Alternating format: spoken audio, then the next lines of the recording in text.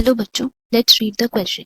तो इस क्वेश्चन में हमें बोला गया है कि ये वो प्लांट्स जो इंट्रोड्यूस हुए थे इंडिया में for their decorative use and वो हैवॉक कॉज करती है because of their excessive growth causing blocks in our waste ways and they grow faster than our ability to remove them. ये कौन से प्लांट्स है वो हम लोग को बताना है, जिसमें हमें ऑप्शंस दिए गए A water lily, B water hyacinth, C lotus and D canna. तो अगर हम इस क्वेश्चन की कॉन्सेप्ट के बारे में बात करें तो that will be related to asexual reproduction in plants।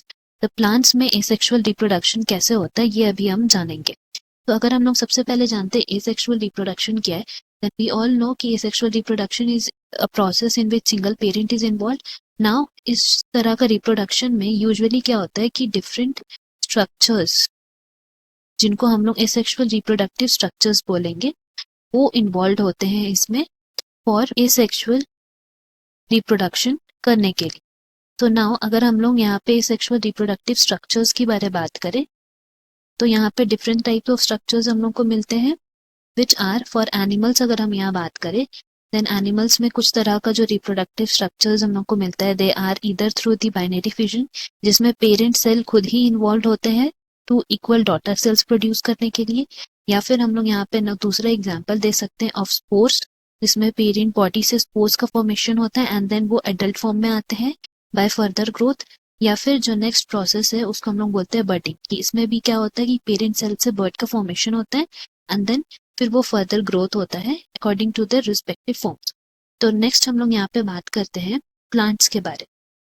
तो अगर हम लोग प्लांट्स के बारे में बात करें तो इनमें उनको वेजिटेटिव प्रोपग्यूल्स बोलते हैं जो कि इसमें इन्वॉल्व रहते हैं।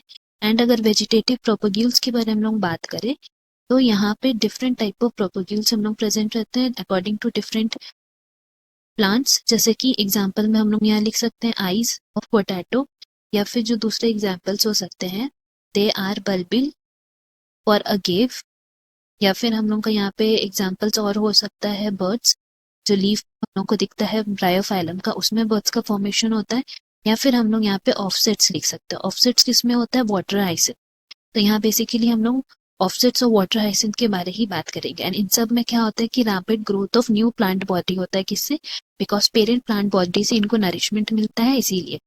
नाउ फर्दर हम लोग बात करते हैं वाटर हाइसिंथ की। वाटर हाइसिंथ की क्यों? बिकॉज जो हमें इन्फॉर्मेशन दिए गए it is related to water hyacinth. तो इसको हम लोग बोलते हैं also called the terror of Bengal.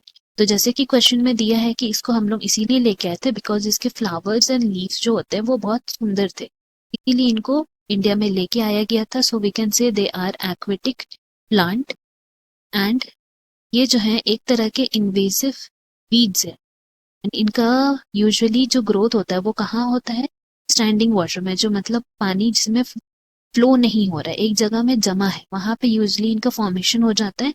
And ये बेसिकली फंक्शन क्या करते हैं? They drain out oxygen from the water. तो इस वजह से क्या होता है कि फिशेस जो रहते हैं वो मर जाते हैं। तो we can write drain oxygen from water which leads to death of fishes. तो इस वजह से ये बहुत ज्यादा प्रॉब्लम एंड हैवॉक कॉज कर रहे थे।